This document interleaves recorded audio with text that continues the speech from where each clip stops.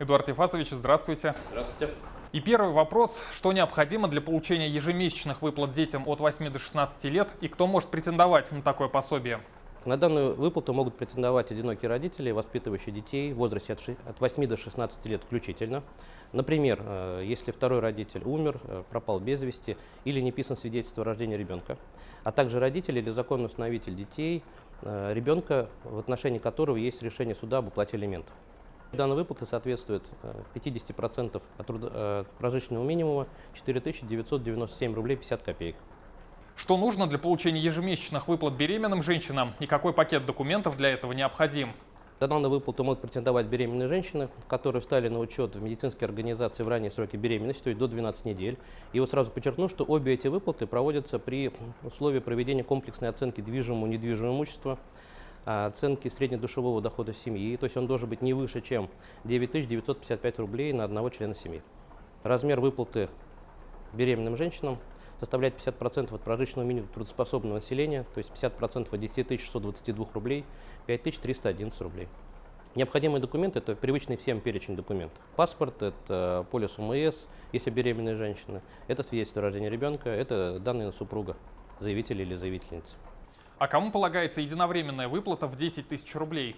Данная выплата положена родителям, воспитывающих детей от 6 до 18 лет, а также с особым порядком выплаты детям-инвалидам. То есть право на данную выплату возникает у родителей или законных представителей детей, у которых 6 лет исполнилось не позднее 1 сентября 2021 года, а также детям-инвалидам от 18 до 23 лет, если они продолжают учиться в школе. С какого дня принимаются заявления и каким способом его можно подать? Конечно, можно обратиться лично, но в условиях развития пандемии наиболее оптимальным и вообще эффективным способом подачи документов является портал государственных услуг.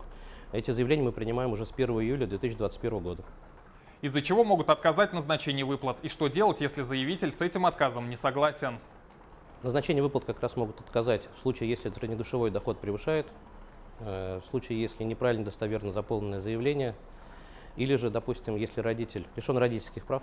Родителю необходимо в любом случае дождаться уведомления на портале государственных услуг, который будет содержать аргументированный отказ.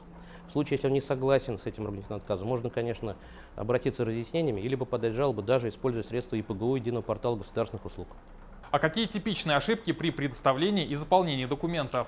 Основная масса – это недостоверное или неполное оформленное заявление, либо превышение среднедушевого дохода. И основная масса, вот даже по опыту прошлых выплат, которые были совершены еще в прошлом году детям, продолжается эта ошибка, это связано с счетом заявителя, то есть счет должен быть действующим, он должен быть указан корректно и, самое главное, должен принадлежать заявителю. Эдуард Ефасович, благодарю вас за беседу. Спасибо вам.